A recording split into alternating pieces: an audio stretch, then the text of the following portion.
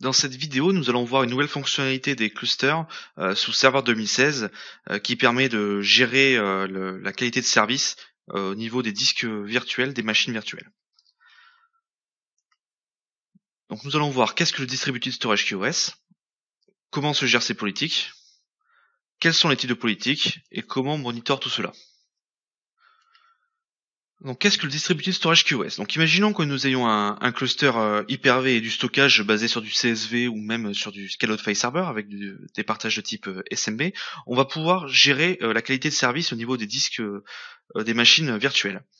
Donc il va y avoir en fait une solution native au cluster, donc qui est activée par défaut pour SOFS et pour CSV.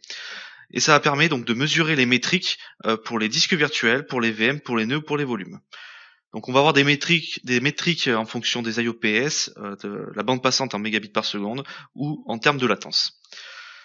Ces politiques sont simples, elles s'appliquent par VHDX ou par plusieurs VHDX. Donc nous verrons tout à l'heure qu'il y a différents types de politiques, j'entrerai plus dans le détail juste après. On peut définir des politiques de QoS basées sur un minimum ou un maximum d'IOPS. On peut même définir des politiques basées sur un minimum de mégabits par seconde. Et la distribution va être équitable en fonction de ce qui a été configuré dans la politique envers l'ensemble des machines virtuelles du cluster. La gestion se fait au travers de System Center Virtual Machine Manager. Si vous n'avez pas le produit, vous pouvez gérer ces politiques et l'attribution des politiques au VM à travers PowerShell. Les politiques de QoS peuvent s'appliquer sur les machines, sur les disques des machines virtuelles. Donc on peut faire plusieurs politiques type Gold ou Silver, comme indiqué ici. Les politiques sont hébergées dans la base de données du cluster. Donc les politiques sont vraiment centralisées au niveau du cluster. On peut appliquer à un ou à plusieurs VHDX. Alors vous avez un exemple de politique, par exemple. Donc on l'a appelée Silver VM. Elle a un ID, elle a un minimum d'IOPS, un maximum d'IOPS et un type de politique que nous allons voir juste sur le slide après. Vous appliquez ces politiques sur les disques virtuels des machines virtuelles. Donc il y a des machines qui peuvent être en bronze, d'autres machines qui peuvent être en silver. Vous pouvez encore en mettre d'autres en gold. Enfin, vous gérez les politiques comme vous le souhaitez au sein de votre cluster. Au niveau des types de politiques, il y en a deux. Il y a la single instance. Cette politique permet d'attribuer les ressources parmi toutes les VM qui font partie de cette politique. Ça veut dire que si par exemple vous avez défini un minimum et un maximum dans cette politique de 200 IOPS, l'ensemble des machines qui font partie de cette politique vont se partager ces 200 IOPS. Donc c'est idéal pour limiter les performances d'une VM ou d'un service qui est composé de plusieurs VM. Vous avez aussi des politiques de type multi-instance. Donc toutes les VM ont les performances définies dans la politique. Ça veut dire que si dans la politique vous avez défini un minimum et un maximum d'IOPS à 200, toutes les VM qui ont cette politique attribuée vont avoir 200 IOPS. Donc ça c'est idéal pour créer des politiques par VM et surtout dans des environnements multi-tenantes, vous pouvez définir des niveaux de service de type Gold ou Silver en fonction des politiques que vous avez attribuées dans votre cluster. Au niveau du monitoring, il est installé par défaut dans le cluster si vous installez votre cluster depuis un serveur 2016. Si vous faites une mise à jour depuis 2012 R2 et vous faites un rolling cluster upgrade pour mettre à jour en 2016, il faudra faire une activation manuelle. Donc ce monitoring permet d'analyser l'usage de toutes les VM et surtout de tous les volumes et les disques virtuels. Comme type de données, on va avoir l'emplacement du disque virtuel, le nom de la VM, le nom de l'host, l'IOPS utilisé, la latence, le nœud de stockage, c'est-à-dire le CSV par exemple, et les IOPS du CSV, la latence du CSV.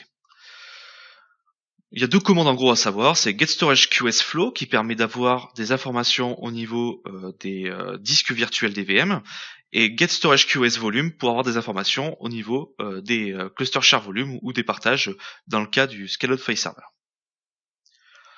Donc nous allons voir ça plus en détail avec la démonstration qui va suivre. J'ai préparé une machine virtuelle dans laquelle j'ai installé IOmeter, mais je vais vous montrer ça plus en détail juste après. Pour cette démonstration, je vais réutiliser la machine de conteneurs que j'avais utilisée dans une vidéo précédente pour la démonstration sur les conteneurs, dans laquelle j'ai téléchargé donc deux outils qui s'appellent IOmeter qui permet de mesurer donc les IO sur la VM ou sur une machine physique, et Test File Creator qui permet de créer le fichier de test d'IOmeter. Donc dans un premier temps, on va créer le fichier de test d'IOmeter avec l'outil Test File Creator. J'ai mis à télécharger ces deux outils dans les ressources de la formation.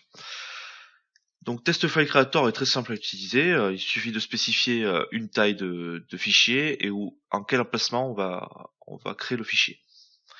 Donc je vais faire Test File Creator, je vais créer un fichier de 20 Go par exemple, et je vais le mettre à cette iobw.txt. Voilà, le fichier est créé. Maintenant que le fichier est créé, on va pouvoir configurer IOmeter. Donc, faut bien lancer IOmeter en run as administrator puisqu'il touche au système. C'est normal.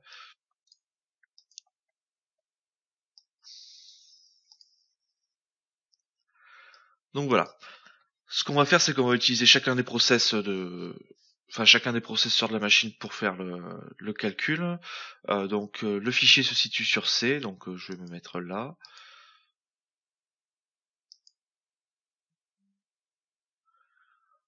Ensuite, comme test, je vais faire un all-in-one pour les deux CPU.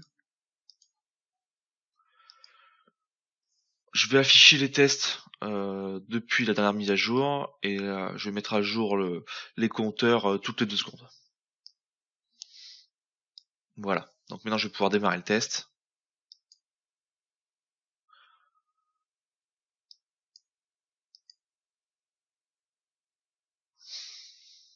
Donc voilà. Je vais afficher le compteur. Donc voilà, actuellement on a 19 000 IOPS sur la machine. Donc c'est 220 x 100. Le x 100 de la valeur ici. Donc maintenant que j'ai mon IOPS qui tourne, mon IOmeter qui tourne dans la VM, je vais revenir sur une machine de management où je vais exécuter quelques commandes PowerShell. Donc maintenant je vais me connecter en SIM sur mon cluster Hyper-V qui est situé là. D'ailleurs c'est faux, ces valeurs, je vais les changer immédiatement. Je vais me connecter en SIM pour lancer mes commandes à distance sur mon cluster. Donc je vais copier cette ligne de commande et je vais la coller ici. On me demande mon mot de passe. Et donc j'ai mis dans une variable une connexion SIM vers mon cluster que je peux réutiliser sur chacune des commandes. Si j'utilise la commande getStorageFlow, QSFlow pardon, je vais avoir des informations sur tous les VHDX qui tournent dans le cluster. Donc la commande est assez longue. Je vous laisserai l'ouvrir via le fichier que j'ai mis dans les ressources de la formation, qui s'appelle dqos.ps1.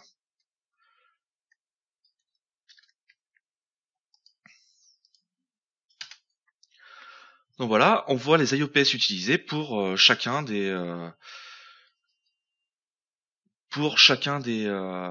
VHDX. Donc vous voyez, c'est pas par VM, c'est vraiment par VHDX qu'on a les IOPS. Maintenant, je vais afficher les IO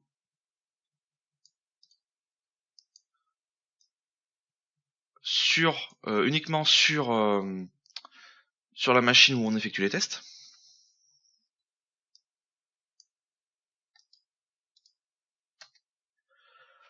Donc vous voyez, j'ai mis deux disques sur la VM, donc il y en a un qui doit pas servir parce que je l'ai pas configuré le data, voilà, donc il y a 0 IO, c'est normal. Par contre, sur le disque où il y a l'IOmeter qui tourne, vous voyez, donc j'ai bien de l'activité.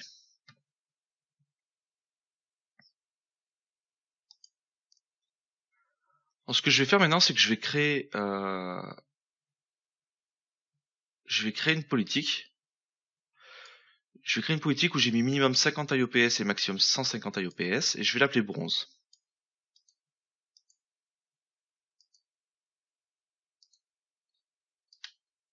Voilà. Donc si je fais un get storage QoS policy sur la sim session. On voit bien qu'il y a une politique par défaut et la politique bronze que j'ai créée. Donc on voit bien qu'on attaque directement le cluster. Donc les politiques sont bien stockées dans le cluster. En parallèle, on peut afficher les performances des CSV ici. Donc vraiment des volumes. Donc j'ai deux CSV dans mon cluster, le CSV01 et le CSV02. Et on peut voir donc la consommation en bande passante ici et en I/O. Maintenant, ce que je vais faire, c'est que je vais appliquer la politique bronze sur les disques virtuels de ma machine VMCTN01.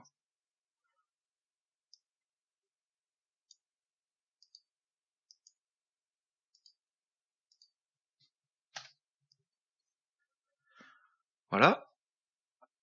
Donc ce qui va se passer maintenant, c'est que la politique est bien appliquée sur les disques virtuels. Et normalement, mon I/O meter devrait donc être réduit. Vous voyez maintenant,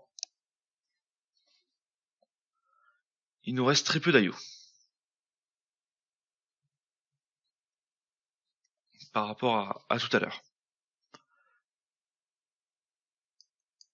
Maintenant, ce que je vais faire, c'est que je vais supprimer la policy.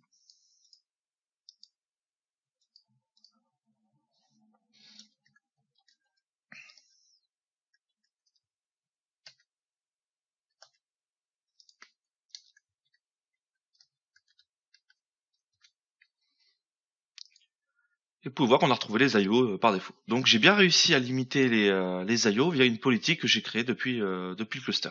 Donc ce qui est intéressant avec cette méthode, c'est qu'on va pouvoir utiliser la même politique pour plusieurs disques virtuels. Ce qui va être intéressant aussi, donc du coup, c'est que vous allez pouvoir créer un catalogue de services en disant, par exemple, voilà, ces machines virtuelles sont plutôt dans le gold, donc je vais appliquer une politique gold. Celles-ci, elles sont plutôt dans le bronze, donc je vais mettre dans le bronze. Donc vous pouvez faire des niveaux de service en fonction des machines virtuelles, en fonction des clients, si vous êtes en environnement multi-tenant, pour vos machines virtuelles. Donc nous allons pouvoir revenir à la présentation. Dans la prochaine vidéo de cette formation, nous allons voir le Cloud Witness qui permet en fait à Azure d'avoir un témoin pour vos clusters pour établir le quorum. Je vous remercie d'avoir suivi cette vidéo et je vous dis à une prochaine fois.